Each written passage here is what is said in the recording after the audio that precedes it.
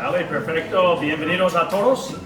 Y yo tengo un equipo aquí de Estados Unidos también, de la iglesia de mi mejor amigo. Han venido para servir con nosotros, para hacer muchas actividades. Entonces hoy, esta familia acaba de llegar están de vacaciones, ¿no? Sí. Y Jeffrey y su mujer acaban de mudarse aquí hace una semana, ¿no? Para escaparse de Estados Unidos, para vivir aquí en España. Entonces, yo creo que es importante saber que los españoles han tenido un poco de orgullo durante el tiempo de Colón, porque vosotros habéis conquistado a Estados Unidos. Sí. Pero ojo, ellos han vuelto para conquistar a Esperanza para el corazón esta mañana. Ten cuidado, chicos, ¿vale?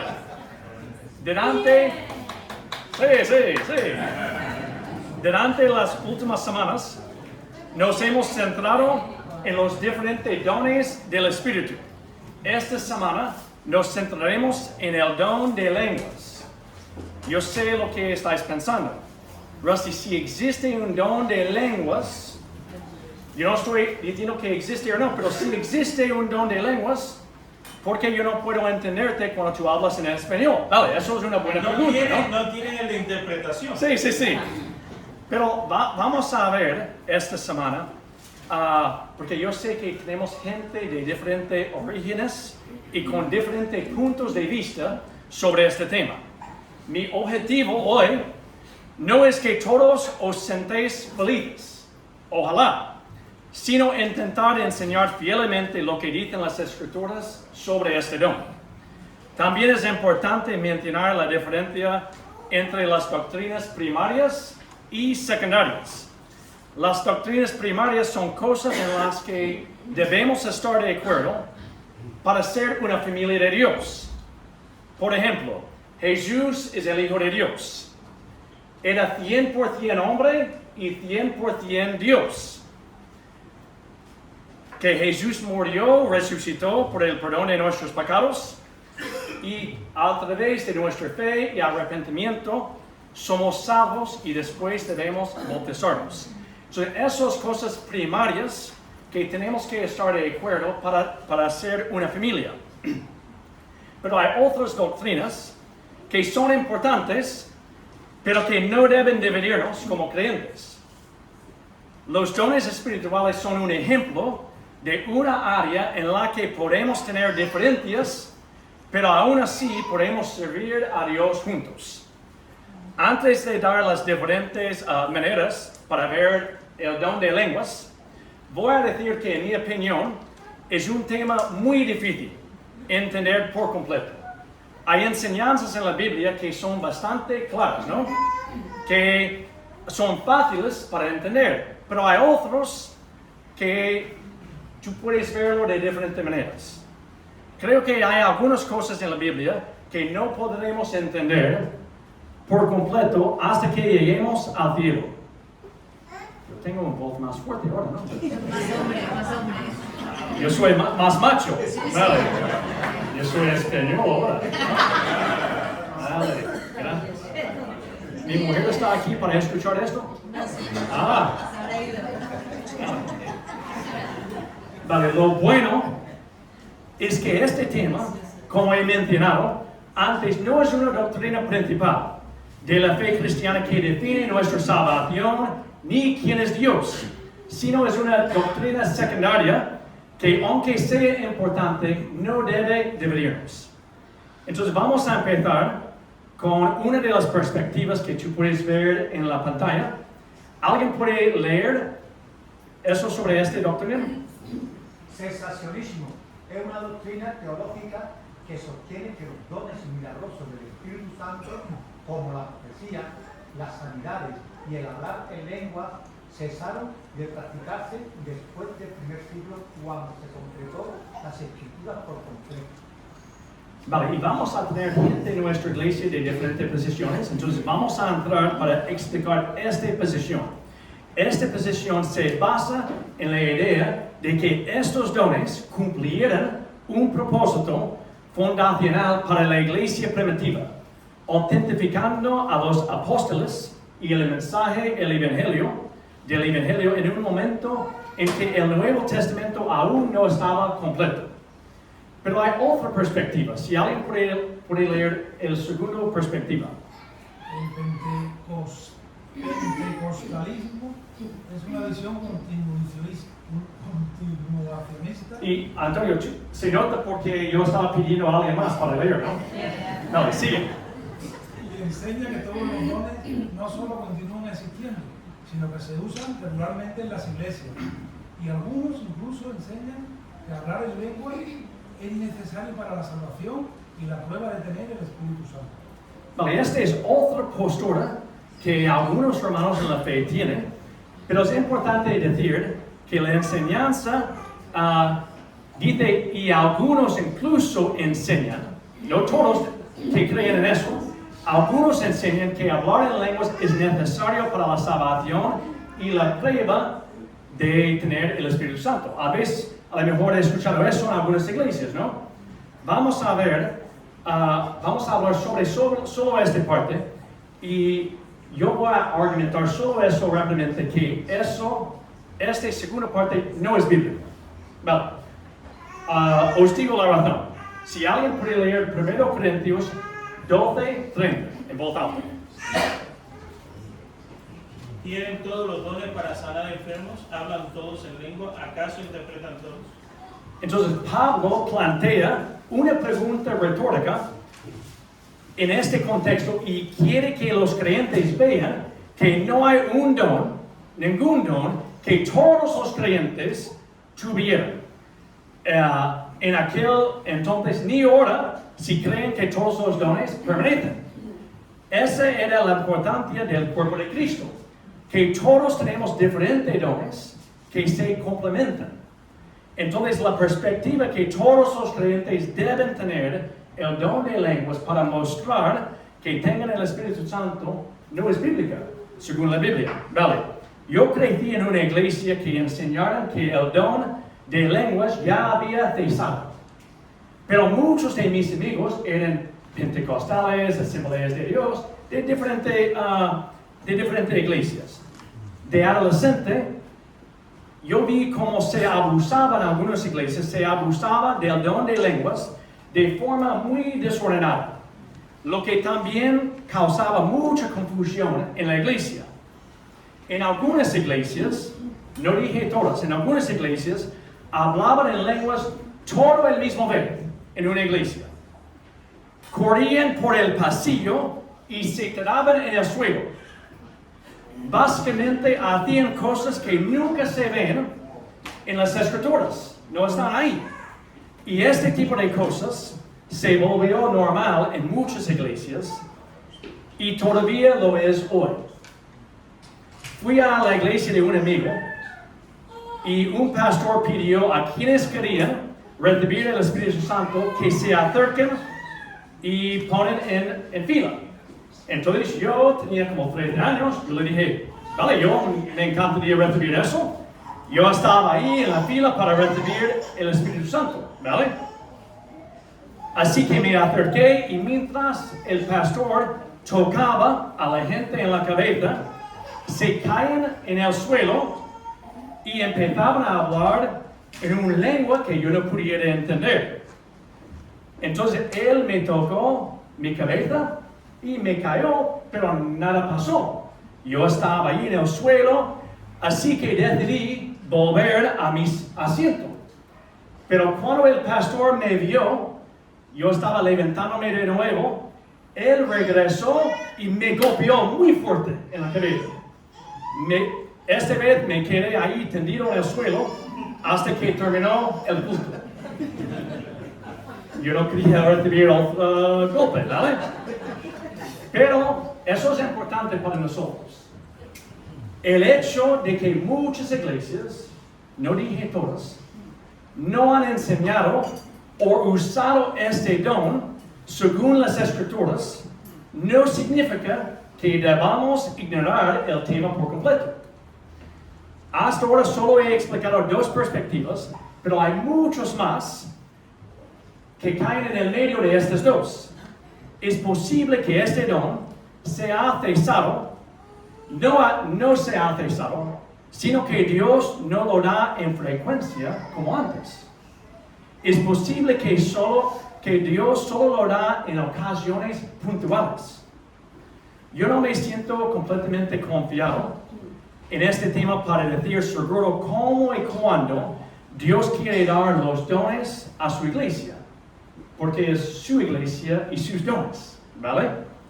Es verdad que en mi experiencia y estudios veo que no hay la misma necesidad para el don de lenguas como en el tiempo de la iglesia primitiva, porque en ese tiempo no tuvieran la Biblia completa, porque el Nuevo Testamento aún no se había terminado. Pero tampoco yo no quiero poner límites en nuestro Dios y decirle a Él cómo y cuándo Él puede dar sus dones.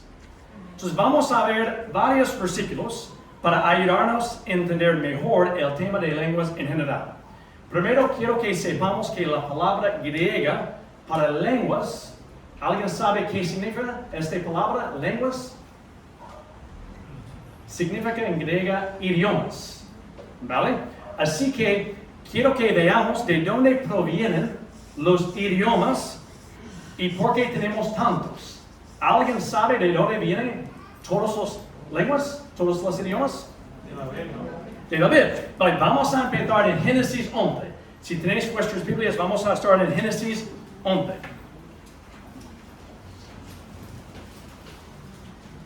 Y si alguien puede leer desde la pantalla en Génesis 11, 1 a 4. En ese entonces se hablaba un solo idioma en toda la tierra. Al emigrar al oriente, la gente encontró una llanura en la región del Sinaí, y allí se establecieron. Un día se dijeron unos a otros: vamos a hacer ladrillos y a cocerlos al fuego. Fue así como usaron ladrillos en vez de piedra y asfalto en vez de mezcla. Luego dijeron: construyamos una ciudad con una torre que llegue hasta el cielo. De ese modo nos haremos famosos y evitaremos ser dispersados por toda la tierra. Entonces, la gente tuvo un idioma y un plan. Pero es importante ver que Dios acaba de salvar a Noé y su familia del diluvio y les había dado una orden a estas personas. Vamos a leer este orden porque es importante saber lo que está pasando aquí en Génesis 11. Si tú puedes poner Génesis 9:1. El mando no funciona. No funciona tampoco ahí. Vale, yo voy a leerlo. Génesis 9:1. Y si empieza a funcionar otra vez, podéis seguirme. Dice, ahí está, dale. ¿Alguien puede leer 9:1? Dios bendijo a Noé y a sus hijos con estas palabras: sean fructíferos y multiplíquense y llenen la tierra. Vale, eso era el mandato de Dios. Y ahora ellos con un idioma tuvo un plan. ¿Cuál era el propósito de construir este torre para ellos? ¿Alguien sabe? ¿Alguien puede decirme? Para no ser dispersados. ¿Y algo más? Para ser famosos. Entonces era un doble propósito para ellos. Querían construirlo en desobediencia al mandato de Dios, porque el objetivo era evitar la dispersión por la tierra, como Dios había ordenado a ellos. También vemos que la construyeron por su propia gloria, para ser famosos en todo el mundo. Yo creo que la gente hoy en día no son tan diferentes que ahí, ¿no? Todo el mundo quiere ser famosos y, vale, entonces dice, por lo tanto, no les preocupaba obedecer a Dios ni darle gloria a Él, sino que querían la gloria para sí mismos, ser famosos y vivir como y donde quisieran, independientemente de lo que Dios hubiera ordenado. Vale, vamos a leer Génesis 11:9. Si alguien puede leer eso.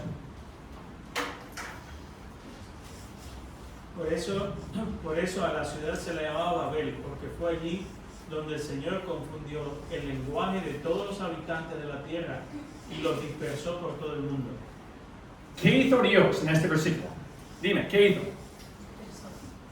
¿Qué? Sí, confundir el lenguaje y después ¿qué? Dispersó a la gente. Entonces es importante para nosotros saber que el plan de Dios no se verá frustrado por nuestra desobediencia. Tenemos un Dios soberano que completará su plan. No importa lo que es tu plan, ellos tuvieron su propio plan. Pero Dios tiene un plan y su plan va adelante, sí o sí. Ahora vamos a ver en Hechos 2 cómo a pesar del pecado en Babel, Dios tenía una manera para que aún su mensaje llegaba a toda la gente a pesar de los idiomas.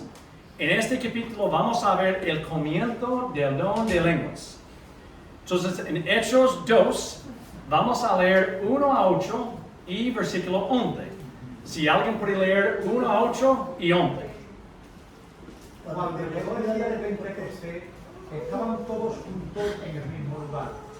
De repente vino del cielo un ruido como el de una violenta y ráfaga de viento, y llenó toda la casa donde estaban reunidos. Se le aparecieron entonces unas lenguas como de fuego que se repartieron y se posaron sobre cada uno de ellos. Todos fueron llenos del Espíritu Santo y comenzaron a hablar en diferentes lenguas, según el Espíritu les concedía expresarse. Estaban de visita en Jerusalén, judíos y piadosos, procedentes de todas las naciones de la tierra. Al oír aquel bullicio, se agolparon y quedaron todos pasmados porque cada uno los escuchaban hablar en su propio idioma. Desconcertados y maravillados, decían: ¿no son galileos todo esto que están hablando? ¿Cómo es que cada uno de nosotros los oye hablar en su lengua materna? Y aunque todos por igual los oímos proclamar en nuestra propia lengua las maravillas de Dios. Entonces aquí podemos ver, como dijimos antes, la palabra griega traducida como lenguas significa literalmente idiomas. Por lo tanto, el don de lenguas consiste en hablar en un idioma que el hablante nunca ha aprendido para ministrar a alguien que sí lo habla. Voy a decirlo otra vez. Consiste en hablar un idioma que el hablante nunca ha aprendido para ministrar a alguien que sí lo habla. Dijeron que eran galileos. Es como un pequeño pueblo. Imagina llegar a Bollullos. Y mi amigo Valerio está ahí con todos sus amigos ahí, son de Bollullos. Y de repente todos son de Bollullos, empiezan a hablar de todos los idiomas del mundo. ¿Qué pensaría, Valerio? Sí, porque en Bollullos a lo mejor no saben todos los idiomas del mundo. Entonces, eso es lo que estaba pasando justo aquí en este momento. Pero, ¿cuál era el propósito de este don que vemos en estos versículos? ¿Cuál era el propósito? Proclamaban las maravillas de Dios. Ahí, proclamar las maravillas de Dios. Eso fue el propósito. El Espíritu Santo capacitó, sí, yo tengo el don, vale, a los discípulos originales, y había 120 más discípulos ahí seguidores para hablar en varios idiomas, permitiendo que personas de diferentes naciones presentes escucharan el idioma, el evangelio en sus propias lenguas maternas. En lugar de dispersarse, como sucedió en Babel debido a su deseo de ser grandes, el don de lenguas permitió que personas de todas partes se unieran en un solo mensaje de fe y el comienzo de la Iglesia universal, cumpliendo un propósito divino, siempre el propósito de Dios, engrandecer a sí mismo. engrandecer a Dios. Eso siempre ha sido el plan de Dios. No para que nosotros podamos ser famosos. Vale, vamos a seguir. ¿Cuál es el propósito principal del don de lenguas? Vamos a ver versículos para aprender más. Si alguien puede leer 1 Corintios 14, 21. La ley está escrita por medio de gente de lengua extraña y por boca de extranjeros hablaré a este pueblo, pero ni aún así me escucharán, dice el Señor. Gracias. Pablo cita una profecía en este versículo del libro de Isaías que se cumplió mediante el don de lenguas. Pablo quiere dejar claro que la razón principal por la que tenemos el don de lenguas es para alcanzar a los que no creyentes, no para los creyentes. Y él sigue en el próximo versículo, en 22. Si alguien puede leer 22. De modo que el hablar en lenguas es una señal no para los creyentes, sino para los incrédulos. En cambio, la profecía no es señal para los incrédulos, sino para los creyentes. Ahora bien, Pablo obviamente dice que es una señal para el incrédulo, no para la iglesia, para el incrédulo, la persona que está lejos de Dios. Si esta persona puede entenderlo, o si alguien sí lo interpreta. Sí, eso es lo que vosotros estáis sabiendo. Muy bien, vale. Pero si no se puede entender tampoco, le sirve al incrédulo. Y van a pensar que estamos locos. Vale, Pastor Rusty, un segundo.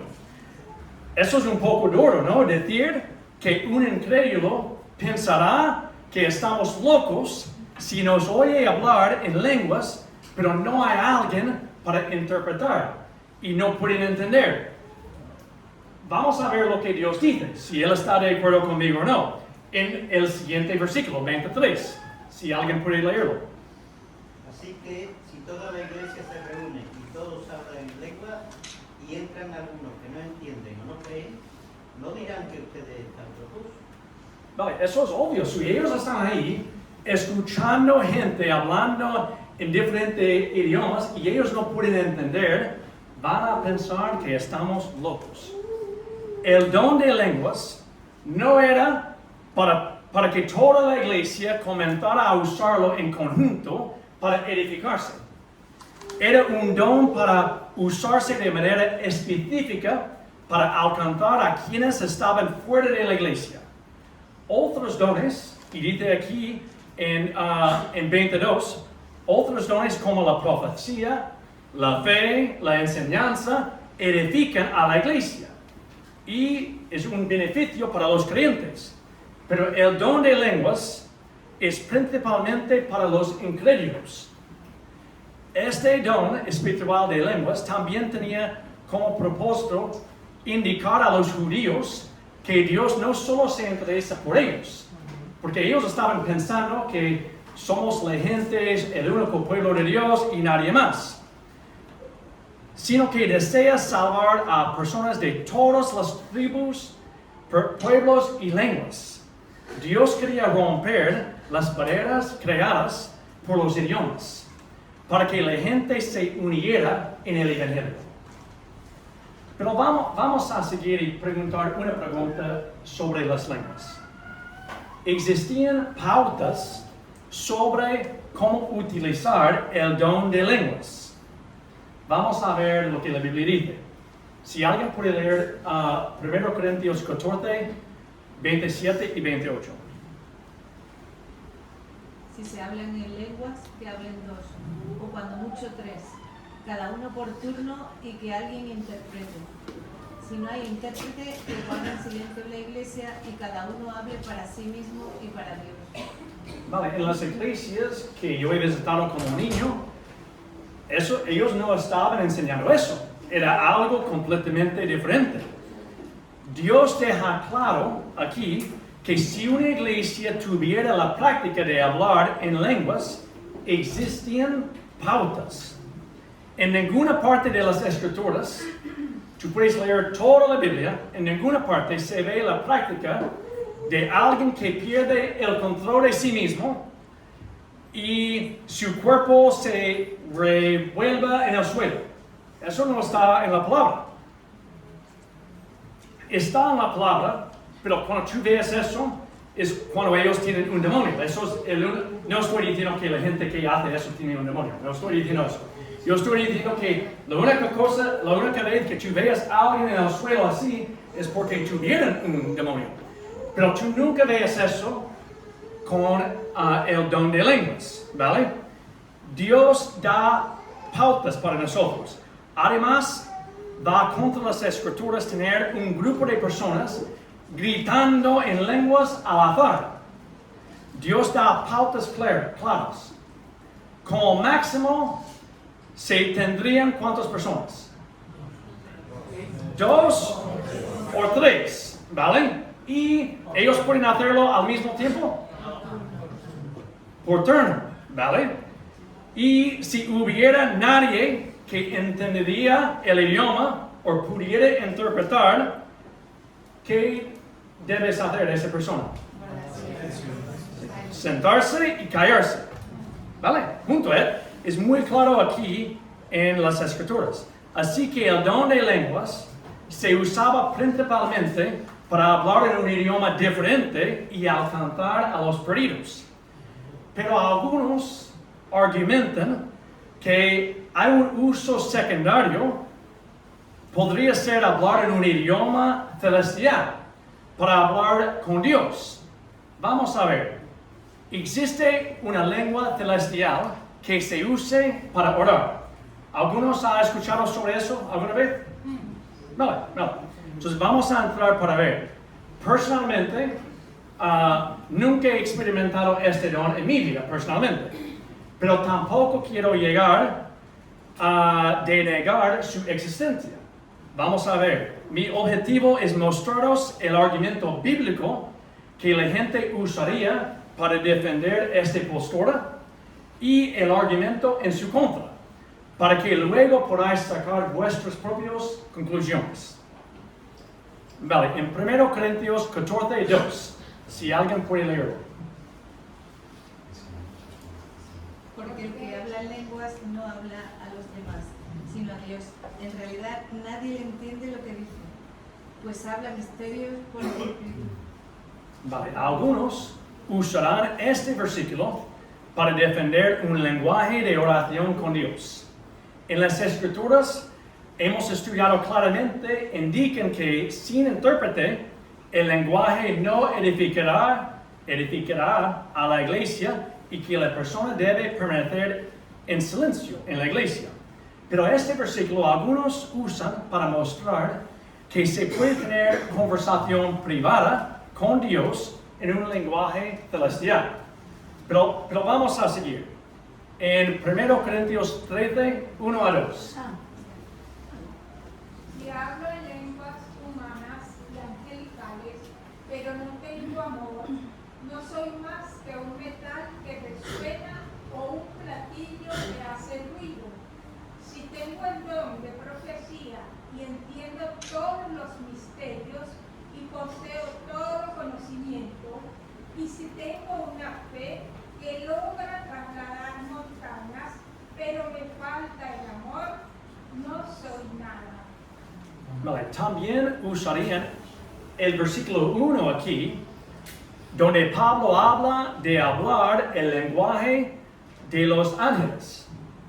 Con este versículo podrían creer que podrían tener un lenguaje de oración privado con un lenguaje angelical. Pero otros van a discutir que Pablo solo lo usaba para argumentar sobre centrarse en el amor, pero nunca afirmó que él o alguien más hablará un lenguaje angelical, solo un lenguaje terrenal.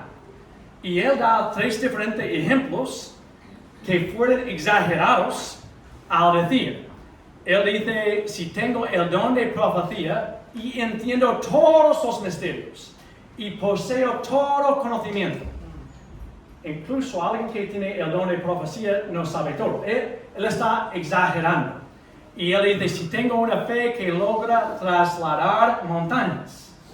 Y también él está usando hiperbole. Una hipérbole. Hipérbole, sí, hipérbole, eso. Cuando dice, si hablo en lenguas humanas y angelicales. Entonces ellos van a usar eso para decir que él está exagerando mucho para el punto de enfocarse en el amor. En el amor. Por lo tanto, no hay certeza de que exista un lenguaje angelical que la gente puede utilizar.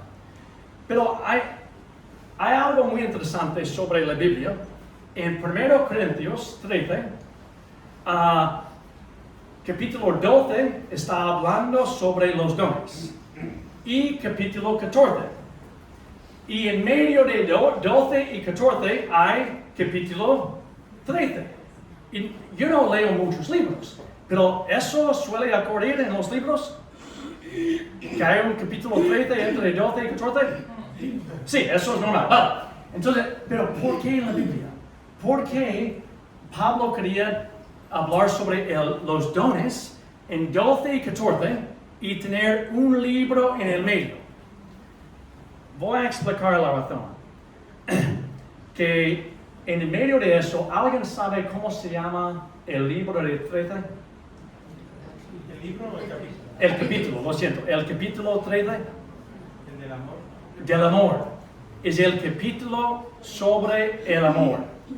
Entonces Dios lo planeó a la perfección para ayudarnos a cubrir todas nuestras diferencias con amor. Puede que en la iglesia haya alguien con quien compartes creencias diferentes. A lo mejor tú no estás de acuerdo conmigo, ¿vale? Eso está bien. Pero el amor es lo más importante. Y eso es lo que Pablo quiere enfocarse. Si alguien puede leer 1 Corintios 13, 3 y 13.